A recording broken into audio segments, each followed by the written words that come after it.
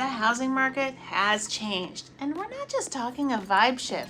The housing market is vastly different than anything we've seen in many years, and a far, far cry from the COVID era real estate frenzy.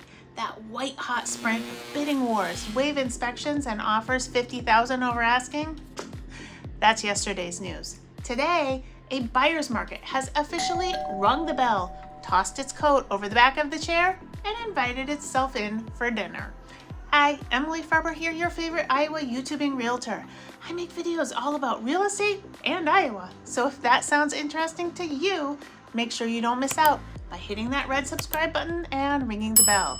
If you want to talk to me about buying or selling real estate in Iowa, you can find all of my contact information down there in the description box below this video.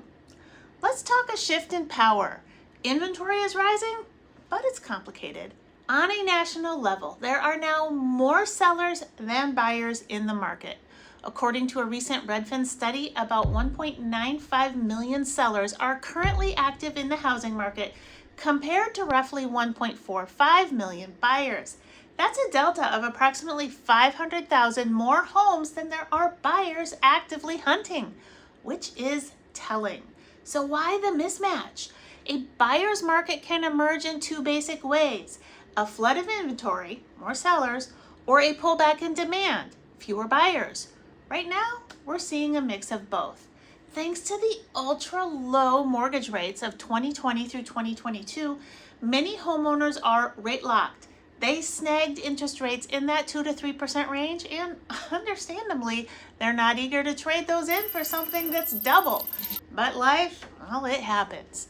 Marriages, divorces, job relocations, growing families, and unfortunately loss. And those events create a natural churn in the market. People eventually have to sell. As a result, inventory has been gradually climbing.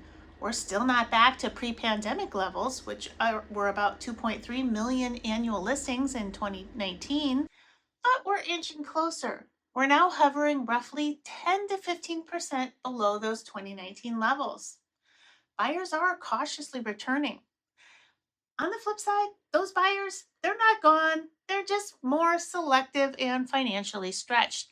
Despite scary headlines screaming that nobody can afford to buy, mortgage applications were actually up 20% in May of 2025 compared to the same time last year. That suggests that demand is quietly building. However, with ongoing geopolitical instability in the Middle East, June's data is going to be especially interesting to watch. So what does it mean for you? If you're a seller, you need to approach the market with your eyes wide open. Pricing your home realistically and competitively is absolutely critical. This is not the market where you can test that pie in the sky number and expect buyers to just play along. What your neighbor's house sold for a few years ago matters not. Repeat after me. We do not care. We are looking at current data.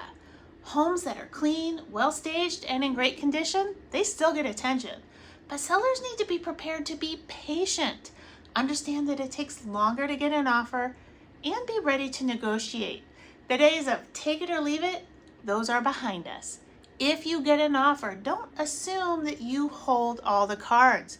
You may only get one shot at the table. If you're a buyer, this is your time to flex. You have leverage. While most people focus solely on the price, don't sleep on the other terms of the deal. Think seller paid closing costs, mortgage rate buy downs, home warranties, or pre-closing repairs. You might not get everything you ask for, but now is the time to strategically ask. Now, before you jump to conclusions too quickly, here's where the market is unpredictable.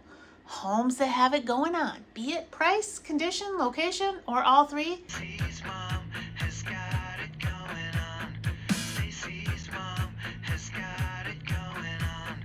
They may still end up in multiple offers.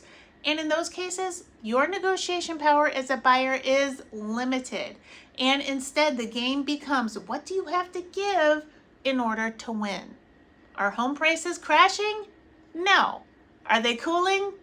Yes.